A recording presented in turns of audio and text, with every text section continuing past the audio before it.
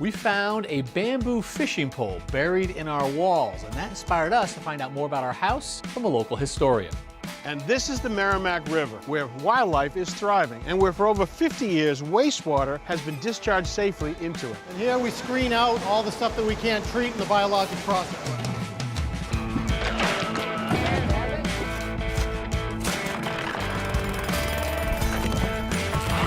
That's it.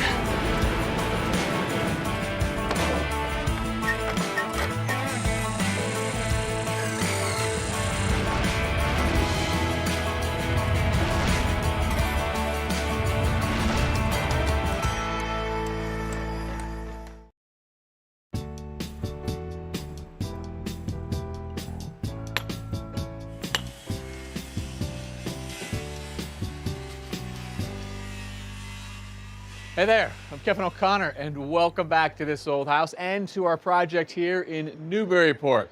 As you can see out back, a lot of changes. So I am standing in what is going to be the new rear section of the basement.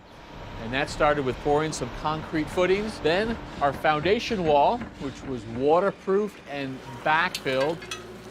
Now right here, this little bump out, this is for a staircase out of the basement up to the driveway where there'll be room for 2 cars so that you can come and go. And above me in this section, that'll be an extension of the kitchen with a new mudroom, and then on the 2nd floor, an extension of the primary suite as well. So as you can see, a lot of changes out back, but also a lot of changes inside as well. The front entrance to our 1890s house stays pretty much the same. This foyer area, the newel post, the balustrade, the staircase all stay. But have a look at this right here. Big changes in here. So as you can see, it's a full demo. We are back to the studs. The plaster and lath have come down. The floors have come up. Original pine floors, they were popped up. They're being stored off-site because we're going to reuse those again on the 2nd floor. Now this wall right here, this is an exterior wall right now. This will be pushed all the way over there. That screened-in porch, as you know, that becomes interior living space. This wall right here, between the front living room and the back of the house, this one's gonna stay, but a lot of these right here aren't. The old dining room and this little kitchen, all of this right here in between the two, they all go away. You are gonna be able to see straight through this house from the windows on that side of the house to the windows on this side right here. Our homeowners are going for an open, modern floor plan, and the walls coming down and beams going in are gonna help us accomplish that. Look at all the changes up here. We are back to the studs, as you can see. Now up here, we used to have 3 bedrooms and a bathroom, and that's what we're putting back. But this is that bump out I was talking about. So the primary suite is going to get some extra room, and that lets us reconfigure things a little bit. Down here, we've got that old bathroom. That came out. That's where we tested for the asbestos, but it's going to be rebuilt and go back in that corner. And then this will be the front bedroom, a little bit bigger as we push this wall forward. And then we've got the 3rd bedroom back here in the corner. You can see that our old chimney, this one came out, so we'll pick up a little bit of space right there and a little reorientation of this bedroom back here. Up top, we had an attic. It had plaster wall and ceilings, but it really was just an attic, Charlie. And now the homeowners, they want an office and a bonus room, right? Right, and now that we have living space up there, we were forced to put new stairs. We could not reuse the old ones. Okay. Let me show you where they were. You remember, we had the hall leading to the bathroom. Yep. There was a wall here with the wood door leading to the old stairs that were very narrow and steep. Okay. I actually saved them for you over here. And there's a few problems. These stairs don't meet code. One is the tread's 8. We want to be closer to 10. Mm-hmm. We also have a 10-inch rise. We want to be much closer to 8. I know. And the other problem is they're about 10 inches too narrow. These are around 26 inches. So we couldn't reuse it even if we wanted to. Okay. So let me show you the solution over here. So here are our new stairs that will be built to code. We have a 7.5-inch rise, finished tread of about 10 inches, and we're also going to have a finished dimension of 36 on the width. And how do you end up, Tommy, figuring out that they go sort of here and sort of the configuration that we ended up with? That's the architect's job, to figure out where he's going to put the placement of the stair in relationship to the wall. So it's all design, a floor plan. A new straight staircase in the same place as the original stairs wouldn't work because with the proper rise and run, it would have a longer footprint. It would land right under the lower section of the roof rafters on the 3rd floor. A winder staircase placed where the original staircase was located also would not leave enough headroom on the 3rd floor. But by moving the winder staircase down the hall and turning it, there would now be good head height for the 3rd floor and an added bonus of having space on the 2nd floor for the washer and dryer and some storage. So if you look right here at the plan, you can actually see the winders set in place. He's got a straight run here, and then if you see the steps right here, so you step onto this, you turn one, and turn another, and then you have another straight run right here. He also wants this stairway to build right here against the new wall here and a new wall there. So we know the riser, we know the tread. Right. And then you mentioned 36, Charlie. I presume that's this opening here? 36 will be finish to finish. In this case, we're framing, so it's 37 1/4 here. It's 37 1/4 here, but it's also 37 1/4 here because you're making a turn. So that sets basically your flagpole right here and the box we're building in. Yeah, we'll build off of this. This is the center of our half circle in this case. All right, well, let's build. All right. So, Tommy, how do you figure out the sort of dimension and size of the stairs that wind, these little pie-shaped ones? It's basically, if you really think about it, it's actually a box cut at an angle that sits down. The next one sits on that box. So each one of these pies comes to this sort of center 2-by, our tent pole, but they're not meeting at a point. You've got a couple inches. That's because this is all building code issue. I have to think about the point at the minimum of that turn at each one, and that's 4 inches. I need 4 inches. If they had come to a point that zeroed out. It wouldn't be legal.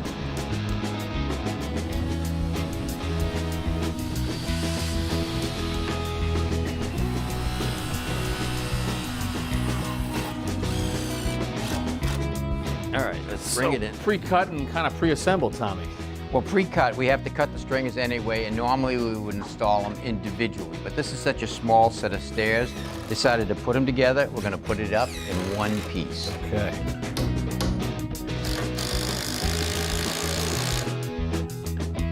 All right, the last run of the stringer is in, and now we're just going to put some temporary threads on here.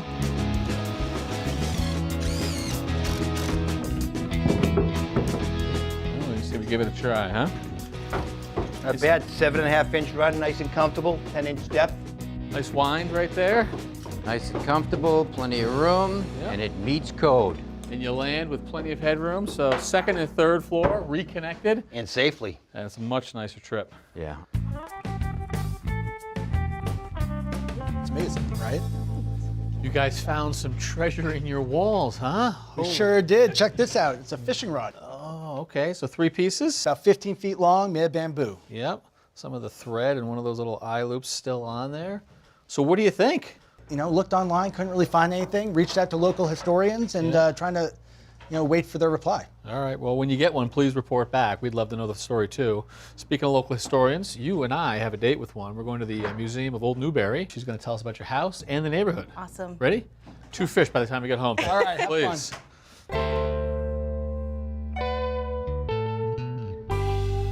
Hey, Bethany. Hey, Kevin, how are you? Well, say hello to your neighbor, Melissa. Hello, Melissa. How are you? you. I hear you're interested in the history of your house. I am. Wonderful. Well, we've been doing a lot of research on it here. The Museum of Old Newbury holds a lot of the artifacts and records for the city of Newburyport, and we have a wonderful story to tell you, so come on in. Great. Thank you. So we've pulled a couple of materials here for you to look at. This is a map from 1850, and you can see Newburyport's much smaller than it is today, and really to the west side of Newburyport and west of Newburyport is mostly farmland and sort of open land. There's a lot of wharves here. There's a lot of, that shipbuilding was the primary industry really at that time in 1850. And what happens by the time your house is built after 1889 is that a lot of industry moves into the community, and in particular, starting with some shipyards moving to your side of the city. But there's also waves of immigration, and that really, people who are working in these factories. Mm-hmm. And the story of the first owner of your property is an immigration story. Mm-hmm. It's the story of Hannah Toomey, who comes here from Ireland. She was born in Ireland. In 1860, she comes here and she purchases the land in 1889. Oh, nice. So she lived in my house? No.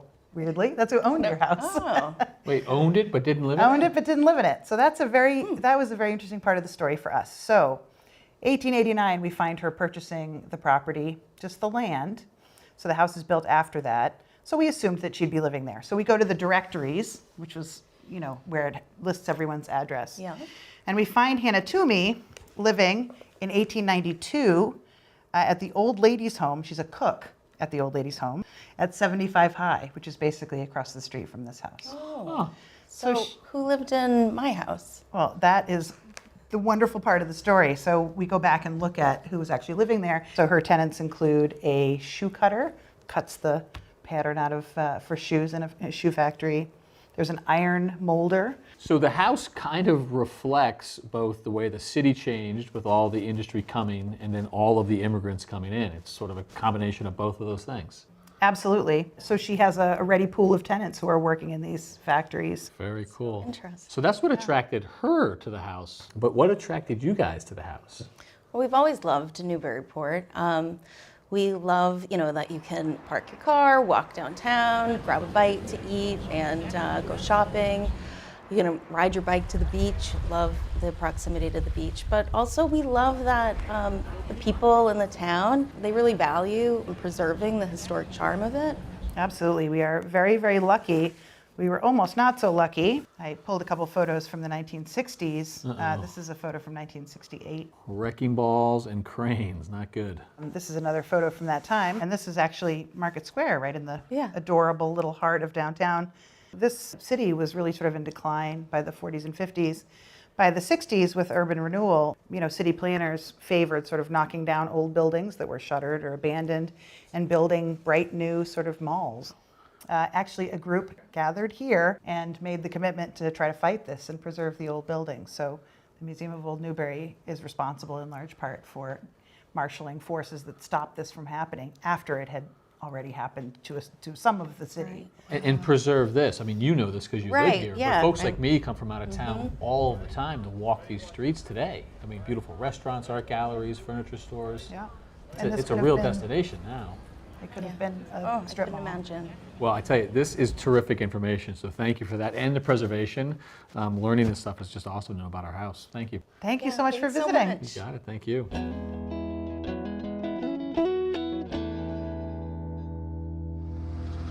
Hey, Charlie, hey, Mark. Hey, Kevin. So we got the parking deck underway, retaining wall. You know, Mark, I mean, you see it all the time. I see it all the time. Walls leaning forward, bulging.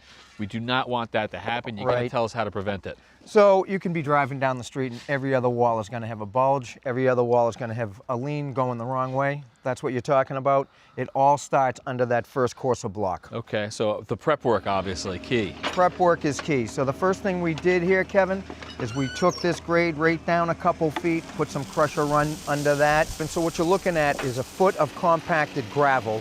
We put a course on top of that, and then we actually put another course on top of that. We're gonna bury this halfway, and that's gonna help with the stability. So gravel, one buried, one on top, right? Right. And then pipe? And then pipe. So this pipe is a 4-inch perforated pipe. What it's gonna do is if you have water coming over this hill and getting behind the wall, it hits the gravel, it hits that pipe, and runs all the way to the drain. Key ingredient. Yeah, key ingredient. All right, another thing we do here is we step this wall back. Okay, you can see if we were building a stone wall, I was taught that we never build it like that. We always rack it back a little. That way it's going to accept the pressure from the backfill that's going to hit it eventually. Yep, okay. Check this out, Kevin. So what are we, So am I plumb there? you're Yeah. plumb there, 6 courses up, right? And look at that, 6 inches, we're 6 inches back, so 1 inch, 1 inch. We got it. 1 inch. Helpful. All right. And so these guys are just made to interlock with each other, right? So Right. it takes all the guesswork out of it. You can see that channel. So that receives this thing right. I'm just push it back to you a little bit so I can see it. That just receives that right there, and so that is going to set it back the inch. Rolls right into place, and you can see how it racks back. Yep. And then again, Kevin, just one right after the other. Pushes in, fits right into its groove. All right, and this is just how easy it goes. Find the groove, slide in the block, just like that.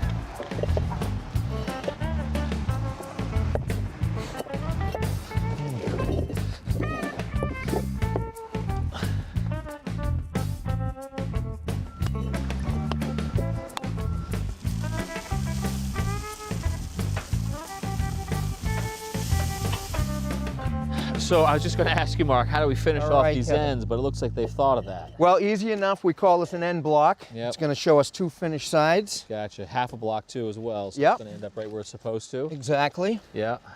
I got another one of those coming in here. Hang on one second. I'll get it for you. So you just sort of mount these up as you go. Yep. Self-explanatory. And Finish then, edge, finish edge. And in terms of finishing off this part, So to top off the wall, we have a capstone. Thank you, Charlie. And again, applied the same way. It has grooves as well on the underside.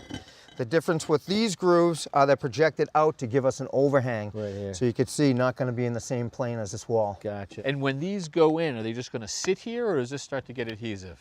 So the caps we're going to glue down, common practice. Once we get everything all lined up. Exactly. We're going to line them up first, and then we'll peel them back, glue them down, and walk away. Mark, if I come back in 20, 30 years, am I going to see a bulge, a sag, anything? Not here, Kevin. We did everything right. We have the correct base. We used stone. We compacted it. We put a pipe in for drainage. Yeah. We racked back our wall. We glued down our cap. We did everything we were supposed to do. Come back in 25 years and you're going to have a smile on your face. I love it. I got a smile on my face right now because it looks good and because I'm going to leave you guys to it. All right. Well, we'll finish it up, Kevin. All right, thanks, Mark.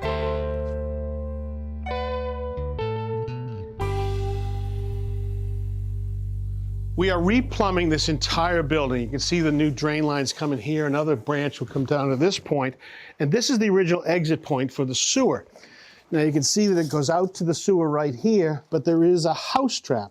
And we could actually make that go away because we don't want to have it by code anymore. So we could tie onto it. But the tipping point for us to really say, let's get rid of it, was actually the water main right here. This is a galvanized steel line going out to the street, and that can be clogged down to nothing. So this was a perfect opportunity for us to open it up and replace both the waste and the water for the next 100 years. So Jesse Warren and his crew are doing our site work today. How are you? Good, thank you. It's always an exciting day when we dig the street. Absolutely, It's yes. normal day for you though, right? It is normal. Yeah. Look inside the old steel pipe. I mean, it was not pretty, so I'm glad we got rid of it. No, it's choked right down. So what you've done is you adapted onto the corporation with a compression connection, new copper. Here's the curb stop, right at the curb, transition to plastic. So you are good to go. Oh, you could tie onto this right here. Correct. That's it. That's it. Good job. You guys are total pros. Very welcome. All right. Yeah. I'll let you backfill it. I'll get out of your hair. You can see at the end of our street is the Merrimack River, teeming with wildlife. And you might ask, how does a seaside town like Newburyport deal with its wastewater? Well, I got a behind-the-scenes look. Welcome, Richard, to the Newburyport Wastewater Treatment Facility. Nice to be here. Chris, you are the... Superintendent. Well, I'm excited to get backstage at these kind of places. Well, welcome. So, Richard, in 1889, the first sewer collection system was developed and constructed in Newburyport. And that system came down into our driveway here and came all the way down our driveway, Yeah, right out into the Merrimack River. with pitch right into the river. Yep, raw sewage, that existed for about 50 years, up until 1951. And then the primary treatment plant was constructed here, which was basically settling and disinfection. Sure. And then in 1979, more modern day secondary biologic process was added and constructed, and that's basically what we have today. That's a really good thing you're doing here, making sure you're not going into the river anymore. So take me through the process. Where does it all start? So it starts at the headworks. So all the wastewater is collected throughout the system through pipes and pumps, and it comes into the facility right It's here. underneath our feet right here, yeah? That's the raw sewage that comes in, and here we screen out all the stuff that we can't treat in the biologic process. Right, so that's the inorganic stuff. You can only Right. treat the organics. Correct. Rags, grit, wipes. the Oh, so disposal- that's the flushable wipes and the flushable wipes that, yes, they're flushable, but you really shouldn't flush them. You They're can't break really- them down. Really a problem. So where do they go? So all this material goes into a compactor. We squeeze the water out of it. And goes up this pipe? And it goes into a bin. So here we are in the heart of the biologic process, or the activated sludge process. Here we add air. They're in these completely mixed tanks. Yeah. We adjust the pH and the alkalinity. And the purpose of that is to give the bacteria and the microorganisms a healthy environment so they can do the work for us. They love that oxygen. Exactly. And when they're healthy, they actually settle out, which is depicted right here. and the sample yeah. that we brought out. The bugs, those happy bugs from the oxygen, ate all that solids and settled it down to this point. And now what you're going to do is actually take some of that water and make it for further treatment, and the sludge goes this way. So here at the treatment plant, we have two products. One is the clean water that we send out to the Merrimack River, and the other is the sludge or the waste that we actually extract comes out off of the bottom, wastewater. yep. Correct. And what that sludge that we saw on the bottom gets pumped into this building where we dewater it. We basically squeeze it under pressure. It's number 2. Yep. We squeeze it under pressure. It goes into a solid cake form. You can see it coming off there. Yeah. And then Okay, so comes to here. Come from here, And then? goes through conveyors, goes out and gets conveyed into the next room. So here we're at the final stop on the solids process. This is our final cake. This is made into fertilizer and compost and reused. That's great. So this is the next to the last step in the treatment process. Here the sludge is settled out, the clean water comes off the top, goes over the weirs, Yeah. goes down to the next step. Looks like you're skimming off any remaining grease that wouldn't have broken A little down. bit of grease or scum that gets skimmed off and gets recycled back to It's the head looking of the pretty plant. good. So the last process is actually 2 steps. One, we chlorinate the wastewater to disinfect, and then at the end, we actually take the chlorine back out because that makes the fish happy out in the river. Good. Keep them fish happy. So this is the clean water that we're going to be sending out to the Merrimack. Let's see how you did, my friend. So, Look at that. I'm not sure I'm thirsty, but that looks pretty good. Those fish are going to be happy. yes, sir. So Richard, now you can see where we are. We're right at the mouth of the Merrimack River. Look at this. We discharge out into the bay here, that flows out into the Atlantic Ocean. So for 70 some odd years, we've been discharging clean water out into the bay, creating a real healthy ecosystem. All right. And you got clam beds and everything out here, right? Absolutely. Well, that is impressive, I tell you. So is there anything left on your wish list here? Anything you want to try to do differently? I think down the road, we would like to eliminate our chlorine product and go to ultraviolet disinfection. Right, well, I wish you the best on that, and I really appreciate the tour. It's been really informative. Thank you, my Thanks, pleasure. Chris. Good job. And that is a wrap for us here at This Old House Newburyport. So until next time, I'm Rich Trethewey for This Old House.